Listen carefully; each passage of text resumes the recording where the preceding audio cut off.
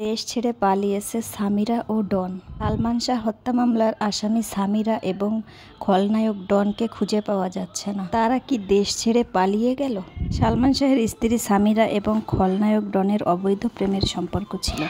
সালমান শাহ সামিরার সম্পর্কে অনেক কিছু জানার পর ডিভোর্সের সিদ্ধান্ত নেন, আর এই ডিভোর্সের সিদ্ধান্তই সালমানের জীবনে কাল হয়ে দাঁড়ায়।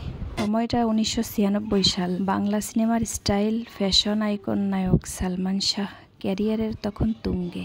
মাত্র 4 বছরের ক্যারিয়ারে করেছেন 27টি সিনেমা। এতটা কম সময়ে সালমান বদলে দিয়েছিল ঢাকায় সিনেমার গতি। সালমান নামের এই নক্ষত্রের আলোয় যেন আলোকিত ছিল পুরো চলচ্চিত্র অঙ্গন। ঢাকায় চলচ্চিত্রের ক্ষণজন্মা এই নায়ক রহস্যজনকভাবে 1996 সালের 6 সেপ্টেম্বর মারা যান। অভিযোগ ওঠে তাকে হত্যা করা হয়, কিন্তু তার সিলিং ফ্যানের ফাঁসিতে হত্যাকাণ্ডের কোনো আইনি সুরাহা আজ পর্যন্ত হয়নি। সালমান শাহ হত্যাকাণ্ডের মূল এবং প্রধান আসামি সামিরা হক। কিন্তু প্রশ্ন হচ্ছে, কে এই সামিরা হক, কি তার পরিচয়? সামিরা হক প্রয়াত নায়ক সালমান শাহের মা নীলা চৌধুরীর খুব কাছের বান্ধবীর মেয়ে। সামিরার বাবা জাতীয় দলের সাবেক উইকেটকিপার অধিনায়ক শফিকুল হক হীরা এবং মা থাইল্যান্ড নাগরিক। তিনি একজন বিউটি পার্লার ব্যবসায়ী। বাংলা চলচ্চিত্রের চিরসবুজ এবং চিরস্মরণীয় নায়ক সালমান শাহ। এরপর সালমানের মৃত্যু হলে তার মা নীলা চৌধুরী অভিযোগ করেন সামিরার সঙ্গে বিতর্কিত ব্যবসায়ী আজিজ মোহাম্মদ ভাইয়ের অবৈধ সম্পর্ক গড়ে উঠেছিল এবং দুজন মিলে সালমানকে হত্যা করেছে। সে সময় সামিরাও পাল্টা অভিযোগ করেন।